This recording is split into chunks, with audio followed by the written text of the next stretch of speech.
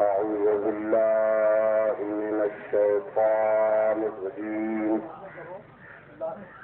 بسم الله الرحمن الرحيم. الحمد لله رب العالمين بارئ الخلائق أجمعين، والصلاة والسلام والتحية والإكرام على النبي المؤيد والرسول المصدق المصطفى الأمجد المحمود الأحمد حبيب إله العالمين أبي القاسم محمد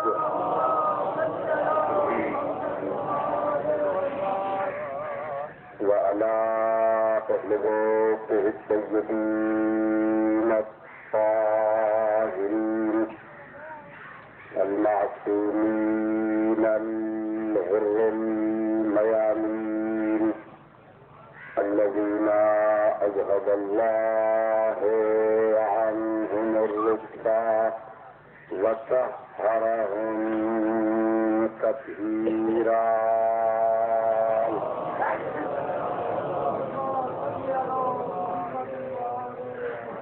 ورحمة الله على أحبابهم وأصحابهم وشيعتهم ومواليهم، ولعنة الدائمة الأبدية على أعدائهم أجمعين. أما بعد، فقد قال الله تعالى في كتابه المجيد وفرقانه الحميد، وهو أصدق الصادقين وقوله الحق. بسم الله الرحمن الرحيم. والعصر إن الإنسان لفي خسر إلا الذين آمنوا وعملوا الصالحات وتواصوا بالحق وتواصوا بالصبر. صلوات پڑھیے.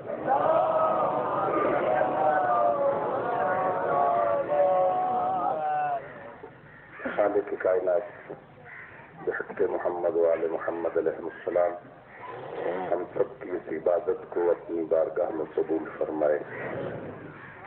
خالق لم یزل لا یزال بحق ائمہ اہل بیت علیہ السلام اس مجلس کو، اس تذکرہ اہل بیت علیہ السلام کو ہماری اور ہم سب کے مرحومین کی بخشش کا ذریعہ قرار دے.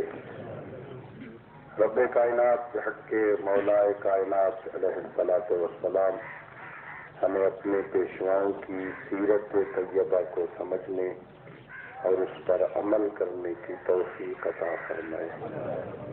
اپنی فضیل عبادت کی قبولیت کے لیے بلند تر صلوات پڑھیں.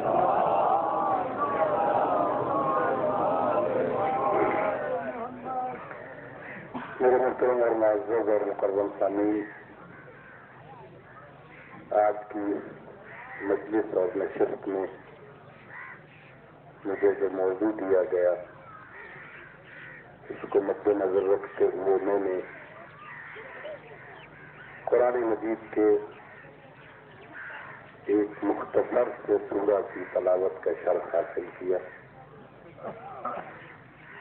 جو لفظوں کے اعتبار سے تو مختصر ہے، لیکن معانی اور مطالب کے اعتبار سے پورے مکتب اسلام کا خلاصہ ہے.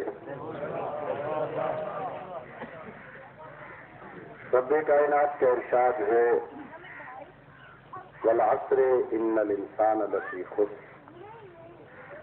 زمانے کی قسم، تحقیق سارے انسان گھاٹے میں ہیں. ہر بندہ نقصان میں ہے، گھاٹے میں ہے۔ کامیاب وہ ہے جو اپنی اس مختصر زندگی میں 4 کام کرے۔ اِنَّ الَّذِينَ آمَنُوا، گھاٹا اسے نہیں ہے جو صاحب ایمان ہو، گھاٹا اسے نہیں ہے جو اسے مانے جسے اللہ منوائے، اور ویسے مانے جیسے اللہ منوائے۔ پہلا فائدہ اسے ہے جو ایمان لائے، اور صرف ایمان کافی نہیں ہے، بلکہ ایمان ایک ہے، اس کے ساتھ اسے 3 اور کام بھی کرنے پڑیں گے۔ عامل الصالحات، سارے نیک عمل بھی کرے، سارے صالحات کو بجا لائے، وتواصوا بالحق، ہمیشہ حق کی نصیحت کرے، وتواصوا بالصبر، اور صبر کی تلقین کرے۔ کامیاب وہ ہے بندہ، اس کی پہلی شرط یہ ہے کہ اسے صاحب ایمان ہونا چاہیے، اور صاحب ایمان سے مراد یہ ہے کہ اس کا عقیدہ ٹھیک ہونا چاہیے۔ ایمان کا تعلق یعنی عقیدہ، ایمان والا ہو یعنی عقیدہ صحیح رکھتا ہو، جس کا ترجمہ میں نے یہی کیا تھا اور عمدن کہا تھا کہ اسے مانے جسے اللہ منوائے، اور ویسے مانے جیسے اللہ منوائے۔ کسی کو اپنی مرضی سے نہ مانے، اور ماننے کا انداز بھی اپنی مرضی کا نہ ہو، بلکہ دلوں میں کہا کرتا ہوں ناز کیا کرو اور فخر کیا کرو، اللہ نے عظیم رہبر دیے ہیں، اللہ کو ویسے مانو جیسے علی کہے،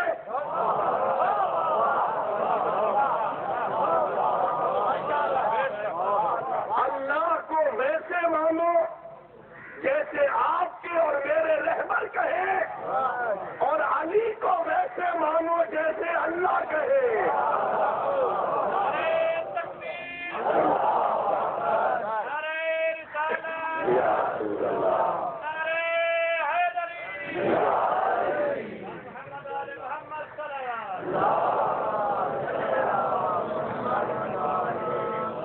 سب سے پہلی شرط کامیابی کی یہ ہے کہ اس بندے کو صاحب ایمان ہونا چاہیے، عقیدہ اس کا ٹھیک ہونا چاہیے، اور اس کے ساتھ ساتھ اسے عمل صالح انجام دینا چاہیے۔ فقط عقیدہ کافی نہیں ہے، عقیدہ ہو اور عمل نہ ہو، وہ بندے کو شیطان بنا دیتا ہے۔ وہ مانتا تھا، اللہ سے کہہ بھی رہا تھا یہ سجدہ نہ کروا، باقی جتنے تیرے جی چاہے کروا لے، یہ عمل نہ کروا۔ اس کا مطلب یہ ہے ایمان کے ساتھ ساتھ عمل کی منزل میں بھی تجھے کوئی اختیار نہیں ہے، عمل بھی ویسے کر جیسے اللہ چاہے۔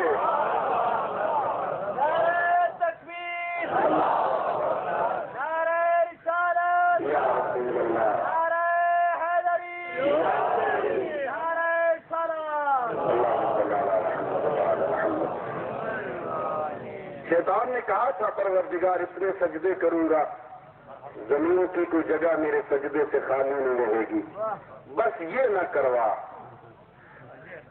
اس کو سجدے نہ کروا، یہ مٹی سے بنا ہے، میں آگ سے بنا ہوں، میں افضل ہوں، یہ مفضول ہے، اسے سجدے نہ کروا۔ ارشاد ربوبیت ہوا تھا یا ابلیس عبادتی کما ارید لا کما ترید، میری بندگی وہ ہے جو میری مرضی کے مطابق ہو، نہ تیری مرضی کے مطابق۔ عمل اور عقیدہ، اس کا امتزاج انسان کی نجات کا ذریعہ ہے۔ جس کا عقیدہ ٹھیک نہیں، سوال ہی پیدا نہیں ہوتا کہ اس کا عمل ٹھیک ہو، کیونکہ عقیدہ پہلے ہوتا ہے، عمل بعد میں ہوتا ہے۔ میں اکثر مجالس میں کہا کرتا ہوں، عمل انسان کے عقیدے کا پرتو ہے۔ عمل کا پتہ چلتا ہے، عقیدے کا پتہ نہیں چلتا۔ عقیدے کا علم بندے کو عمل سے ہوتا ہے۔ آپ سارے کے سارے ماشاءاللہ اتنے بیٹھے ہیں، انشاءاللہ نیک لوگ ہو، سارے خدا کو مانتے ہو، اصول دین میں توحید کے بھی قائل ہو، عدل کے بھی قائل ہو، نبوت کے بھی قائل ہو، امامت کے بھی انشاءاللہ قائل ہو، قیامت کے بھی قائل ہو، سارے کے سارے قائل ہو، لیکن کسی کے ماتھے پہ نہیں لکھا کہ یہ اللہ کو مانتا ہے، یہ پیغمبر کو مانتا ہے، یہ قیامت کا عقیدہ رکھتا ہے۔ بازار میں چلے جاؤ، کسی کے ماتھے پہ نہیں لکھا کہ یہ ولایت کا قائل ہے، یہ ولایت کا قائل نہیں ہے، یہ امامت کا قائل ہے، یہ امامت کا قائل نہیں ہے، کوئی پتہ نہیں چلتا۔ پتہ تو تب چلے گا جب یہ عمل دکھائے گا، اس کے عمل سے پتہ چلے گا یہ اللہ کو مانتا ہے۔ اگر عمل ایسا ہو جس میں توحید کی بو نہ آئے، پھر وہ کہتا رہے میں مانتا ہوں، جھوٹ بولتا ہے۔ ہاں، اللہ کو مانتا ہے تو عمل سے پتہ چلے گا، اور یہی عقیدہ بندے کی نجات کا ذریعہ ہوتا ہے۔ عقیدہ بندے کو عمل کی دعوت دیتا ہے، ایمان عمل کی طرف بلاتا ہے۔ ایک بندہ آیا بارگاہ حضرت امام جعفر صادق علیہ السلام، آ کے عرض کرتے ہیں ابن محمد صلی اللہ علیہ وآلہ وسلم، آپ ہر وقت نمازیں پڑھ رہے ہیں، روزے رکھ رہے ہیں، نیکیاں کر رہے ہیں، یہ کس لیے کر رہے ہیں؟ اگر ہم مر گئے، قبر میں کوئی پوچھنے والا نہ آیا تو کیا فائدہ اس عمل کا؟ چھوڑ دے اس عمل کو، آزادی سے زندگی بسر کرو۔ یہ کیا ہر وقت نماز، ہر وقت روزہ، ہر وقت زکات، ہر وقت نیکیاں، اگر کوئی قبر میں پوچھنے نہ آیا اس عمل کا فائدہ کیا؟ میرے آقا فرماتے یہیں سے تو عقیدے کا پتہ چلتا ہے۔ اگر قبر میں کوئی پوچھنے نہ آیا تو تیرا میرا کھاتا برابر، نہ کسی نے تجھے اٹھایا نہ مجھے اٹھایا، ذرا مجھے بتا تو صحیح، اگر اس اللہ نے کسی کو بھیج دیا، اس نے شانہ ہلا کے پوچھا بتا زندگی کہاں گزار، اگر کسی نے پوچھ لیا بتا تو کیا جواب دے گا؟ میں تو کہوں گا میں نمازیں پڑھ کے آیا ہوں، میں روزے رکھ کے آیا ہوں، میں سجدے کر کے آیا ہوں، 11 مہینے ٹھیک رہتا تھا، 12ویں مہینے بیمار،